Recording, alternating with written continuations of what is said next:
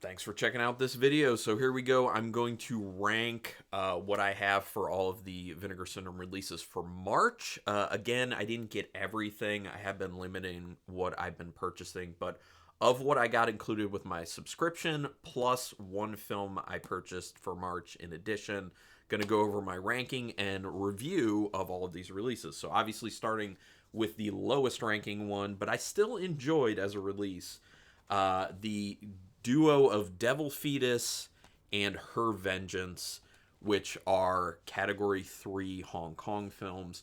So first I'll go with Devil Fetus, basically about a woman who finds this interesting antique vase that ends up unleashing a demon, and then there's all sorts of demonic stuff that goes on. There's not a whole lot to the story itself, but it is fun. It does have some of that weird, wacky, and wild Hong Kong Cat 3 flavor to it, as you would assume, especially based off of the cover art for this one. There's some kind of wild scenes.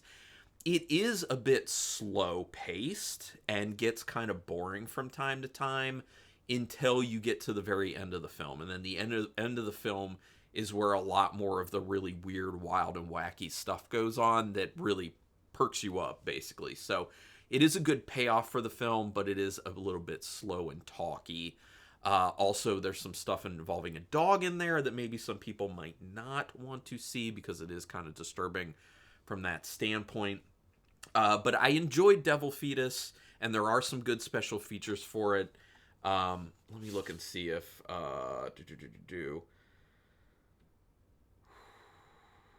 yeah. So the majority of the best special features on here are for Her Vengeance, actually. So there are some decent Devil Fetus special features, but it's not the strongest on this release. I know that the Devil Fetus is kind of what they were leading with, but I would say Her Vengeance is actually the better of the films, or at least what I enjoyed most. So that one is basically about a woman who is assaulted, if you know what I'm talking about, which it's in a scene that is very hard to watch. It is very intense. Excuse me. It's not quite to the irreversible level, but it's really not that far off from it either. So it's very intense. So for people who are very squeamish with that stuff, maybe not a good idea. But the film is good because the woman then kind of gets things back together a little bit with her life, and she ends up going after all of these. I mean, it's called Her Vengeance, so she's trying to get revenge on all of these men who were involved in this assault. And she gets help from I think he was former Yakuza guy who's in a wheelchair, who actually still can do some martial arts in a wheelchair, which are some of the most impressive scenes in the film, in my opinion. But this film, actually, pretty good time. The revenge that she ends up getting feels great, especially based off of what you saw in the beginning of the film. There are some intense scenes. There are some very over-the-top, wacky characters in the bad guys that it's very like Hong Kong Cat 3, because that's something they did a lot of. And there's this very interesting ending to the film, how they choose to do things. And there are a lot of very good special features specifically for this film on this, including a video essay by Sam Deegan, who always does a phenomenal job. So the best of this release obviously is Her Vengeance, in my opinion. So it is my number 4, but it still is a very good release. Devil Fetus and Her Vengeance. Sometimes it's just going to be like that. Like, it's all films that I enjoyed to some degree in the releases. It's not always like that, though. Okay, so going on to my number 3, and I had higher expectations for this one, especially based off of how the previous volume went. So for my number 3 is Forgotten Gialli, Volume 8. Still a good release, especially because one of the films in here is quite good. So I'm going to go over each film one by one. So let me pull them out, because it'll just be easier that way from a visual standpoint. So the first film is the one that you should get this box set for. If you are into Giallo, I would say it is worth purchasing just for this film. If you have not seen this film, or if you can't find it somewhere else, like physical media wise, because I don't think the other two films are really worth the set, in my opinion. But this is what I come to expect from their box sets. There's going to be one film that you think is quite good, and then the other two most likely are not going to be that good. Sometimes it's a little bit different. Like I was saying, their volume 7, I actually enjoyed all the films. Also, I think it's their volume 3 is another one that I'm really big into, that I enjoyed all the films. And maybe, oh yeah, 6 as well. 6 was a good one too. So, but anyway, Rings of Fear. So this one is about a bunch of schoolgirls who keep showing up having been violated and are dead. Because, it's a Giallo film. There have to be, deaths in the film. Obviously, there's a black glove killer, as you can see from the front of this. This is quite good. If you're a Giallo fan, it feels like some of the better Giallo you've seen before. And actually, apparently, according to Vinegar Syndrome, and I can see it after I read this, after I watched the film, this is considered to be a spiritual sequel to What Have You Done to Solange? It even also stars Fabio Testi, who is in that film, and they have a really good interview with in the special features. He's a great interview, by the way. So this film is quite entertaining. They keep things moving. It has great pacing to it. It's one of those ones that feels like a real journey, that like you're following around this inspector as he goes through and tries to figure everything out and then get to that final conclusion, which I kind of saw the ending coming, but that doesn't mean it still wasn't a good ending. It's still a good ending. There are some quirky characters in it. There are some wild things that happen. There's some good death scenes in it. There's good intrigue. And like I said, there's great pacing to this film. This is, I wouldn't say a top tier Giallo film, but not too far below a top tier Giallo film. So if you have not seen Rings of Fear, also called Red Rings of Fear, this is a must see for Giallo fans. And I would say this is a must-see just for people in general who like slashers, because obviously Giallo films were the precursor to slashers. And Krimi films were the precursor to Giallo films. And I'm sure there was a precursor to Krimi. But anyway, not getting into that. But this is a good release. This has a good amount of special features with it. Like I said, the Fabio Testi interview is really great. And yeah, this is the reason for the box set. So the next one, Reflections in Black, I was not huge on. It's about a countess who is into men and into women, and how she has multiple lovers, and then all of a sudden these lovers end up showing up dead. It's a Giallo film, black glove killer, all that jazz. The deaths aren't that great. This is a very slow-paced film, where I was saying that Rings of Fear has great pacing. This has not very good pacing. This focuses primarily on the eroticism. So if you are a big fan of that and you're just going for that aspect of it, maybe you do want to see this. Maybe you would really like it. I didn't love it. I'd rather there be more interesting kills, better pacing, more story, or better story. The end, like, whodunit thing isn't that great. It's kind of whatever. I wasn't a huge fan. Also, it is pretty light on the special features. Which is fine. This is the one that's the lightest on the special features in here. It's but yeah, Reflections in Black, didn't love it. And then the last one, which has a terrible title but the most amazing artwork in this box set, AAA Masseuse, good looking, offers her services. I love that artwork, it's phenomenal. And I will say, this is one of those releases where the special features outshine the movie by a lot. So I'll circle back to that in a minute. First, let me tell you, it's about a woman who decides to become a call girl, and her clients end up getting killed after she's been with them. And it's like, whodunit? It's a Giallo film, black glove killer, all that stuff. The deaths aren't the best in this. And again, like with Reflections in Black, the pacing is not that great. There are some interesting-ish characters. This is another one that goes a lot heavier on the eroticism aspect of it. So overall, it's not a terrible Giallo film. I just didn't really like it that much. It's just kind of ho-hum. But the special features, there are a lot of really good special features.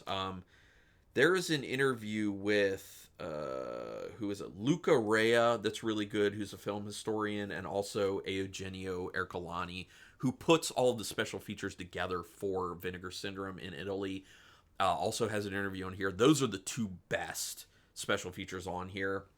But Renato Rossini also is a really good interview on this one. And Troy Howarth commentary with Eugenio Ercolani, I'm sure is a really good one. So this is one of those things where I don't really like the film. I don't think it's a great giallo film. It's very middling. But they talk about it and they're like, this is one of the films that was kind of lost for a long time. It never even got a VHS release in Italy. So to be able to have it available for people is what's important. And then the fact that they put so much into the special features is great. So I really did enjoy the special features. Didn't really enjoy the film that much, but I know there are some people who will enjoy the film. So yeah, this one. I'm not even going to say the name again. I hate the name of that film. It's so terrible. But anyway, yeah, so that's why the Forgotten Gialli Volume 7 is my number 3 for March. Now going into number 2, this is the one that I had to purchase in addition. This is the cinematograph release, Last of the Red Hot Lovers, starring Alan Arkin. Really enjoyed this one. This is one of those films that's more about the dialogue. There's not a lot of action going on. It is dialogue driven, and it's based off I think it was a novel first, and then it was a play. Not a novel. Sorry, it was a play on Broadway for quite some time, and then they adapted it. But there were a lot of changes in the adaptation to the film that made not a lot of people love it, so it didn't do well at the time that it came out because people were like, "This isn't like the stage play." But I quite liked it. The dialogue is extremely well written. But let me go ahead and tell you what it's basically about. It's about Alan Arkin's character, Barney Cashman, who has been waking up and feeling like life is lacking for him, even though he has a really good life. You know, he's a business owner and his business is very successful. He has a wonderful wife who he does love, but life has started to feel very ho-hum for him, and he decides maybe what I need is to have an affair. So it's about him trying to have affairs with various women who are very interesting characters. And I think the best characters, because in comparison to his character, who's just more neurotic and kind of like downbeat, the female characters really stand out as being very interesting and have a lot of depth to them. And then his interactions with them are like depressing and funny and fun and interesting. And it's all about how the actors come together and turn this script into something special, in my opinion. And like I said, the dialogue is very well written, which is important because it is solely dialogue driven. I mean, there are barely any shooting locations in this film. It primarily takes place in the apartment of Barney's mother when he has just a few hours to get these women there and try to fornicate with them to no avail. But it's really about getting into the psyche of this character of Barney Cashman, understanding his feeling of where he is in life and why he's so dissatisfied, and then where he goes from there and what he learns from these women who he's trying to have these affairs with unsuccessfully. It's a very good film, and there is some decent comedy to it, but it's also very reflective. And this is a film that kind of hit with me in the sense that I'm not trying to have an affair or anything, but in the sense that he's in his 40s, I'm in my 40s, close to what the age of his character is in this. And you do get to a point in your life where it's kind of what gets wrapped into the midlife crisis thing, where you're just kind of like, where do I want to go from here? You know, I'm in the middle of my life. What do I want the rest of my life to look like? Am I satisfied with what I have right now? Looking back at your career and being like, is this where I want to stay? Did I mess up? Thinking about how things could have been different with this or that. Or just trying to find out what will make you feel more alive right now in life. And for some people, that's, well, like with me, that's hobbies. You know, I've always like, you know, when I start to feel like ho-hum about things, I'm like, let me find a new fun hobby. And that kind of keeps me going. Or I'm just going to watch more movies because that's always been a great comfort for me. But this film kind of spoke to me in certain ways, but it's also very well acted and very well scripted. And the special features, the actual special features on the disc are very minimal. Very, very minimal. I wish they had more special features there. It's literally just a commentary track and then an interview with Renee Taylor, who was in it, which is a decent interview, and then a video essay by Matthew Zoller Seitz, which is a good film critic essay, video essay. I like that. But the special features that matter the most for this one are the essays, which are really good for the most part. The first essay is, what is this one? Disappointment and loss in Last of the Red Hot Lovers. That was my favorite of the essays. Very, very good at breaking down what's going on with the overall film and also kind of considering things societally that were going on when this film was coming out and why that matters to the film.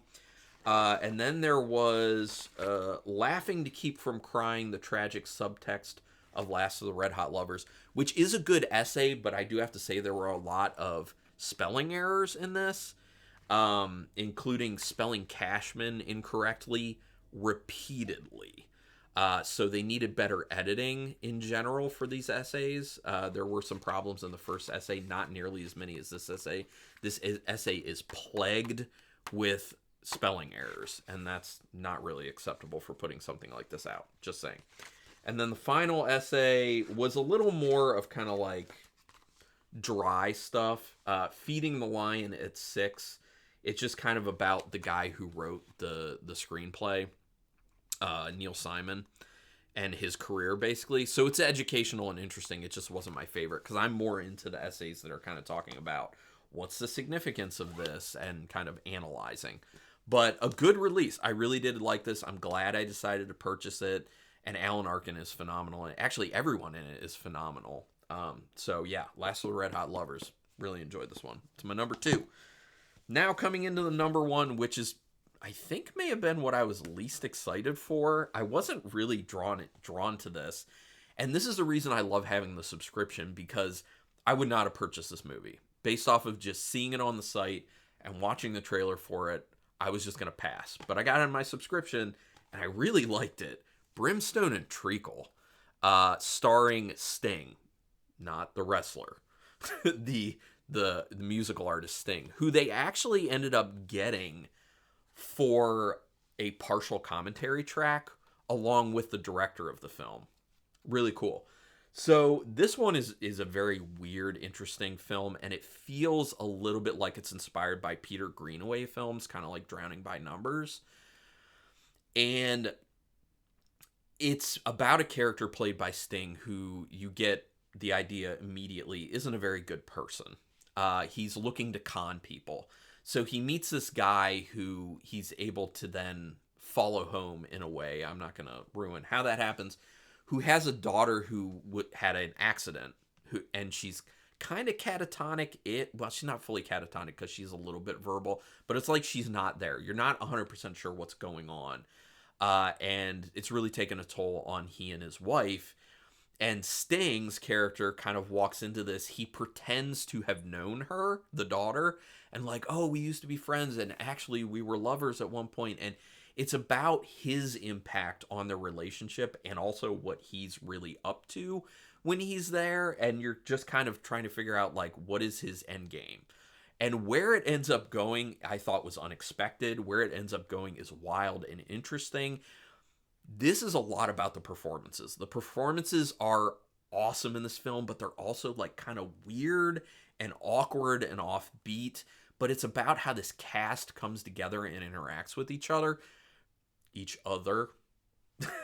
Very, very interesting. Didn't expect to really love this. The style of how it's shot is super cool as well. And like I was saying, that kind of like overall quirky, weird Peter Greenaway feel to the film really works in its favor. It's super interesting. I also really love the shooting location, the house that they're primarily at. Very, very interesting. There are some icky scenes in this film having to do with Sting's character and the daughter. Very icky. But overall, if you can get through that type of stuff, it's a very, very interesting, very weird, quirky, fun film, in my opinion. And I was totally caught off guard with this film. Really like it. I want to watch it again. Now, as far as the special features go, let me remind myself because it's been a little bit. A pretty decent amount of special features. I already talked about how they actually got Sting involved, which I was very shocked at. That's cool. A lot that they do with the director, Richard Loncraine, who was a few people actually talked about the writer of the script and like how that person was just an ass, apparently, like not a good person, but wrote a really cool, interesting script here. It really ended up being more about what was done with the script after the fact, because it's not a phenomenal script. It's an interesting script. it's about how that was taken and how the actors' performances and the director turned it into something interesting and special. And I really enjoy this release. That's obviously why it's my number one for their March releases. And it's pretty up there on my overall list for the year at this point. But yeah, Brimstone and Treacle. If you were reticent to get this like I was, check it out. It is well worth it. If what I said about it sounds interesting to you. So that's it. That's my number one. That's all of it. You can look for my next haul video that's going to be coming for the April releases when that shows up, and then my ranking video for those when I get to it. Go ahead and put in the comments, what have you picked up recently that you're interested in? What have you seen of what I just went over, and what were your thoughts on it, if anything? Or what are you interested in? Or what would you personally stay away from? Whatever you want to talk about, really. But please do me a favor, subscribe to the channel if you haven't already. That's your best way to show support. Also, thumbs up on this video helps a lot with that YouTube algorithm. I appreciate that. If you want to pitch in a little bit monetarily for what I'm doing here, that is very much appreciated. I do have 3 levels of membership for my channel, and you get some pretty cool perks for that, including at the top tier, you get some kind of vlog style shorts that I put up that are only available to the people at that level, which is the possession level. But there are 2 other levels, the Tenant and Peeping Tom, so you can check that out. Also, notification bell button if you want to know when I'm putting up videos. Yeah, that's the last thing. But thank you so much for sticking with this. I really appreciate it. Appreciate people's time. It really blows my mind that people actually sit and watch me talk about films. Or just listen. I don't know if you do things while you're listening in the background. That's fine. Regardless, have a great day. Thank you. And until next time, keep it brutal.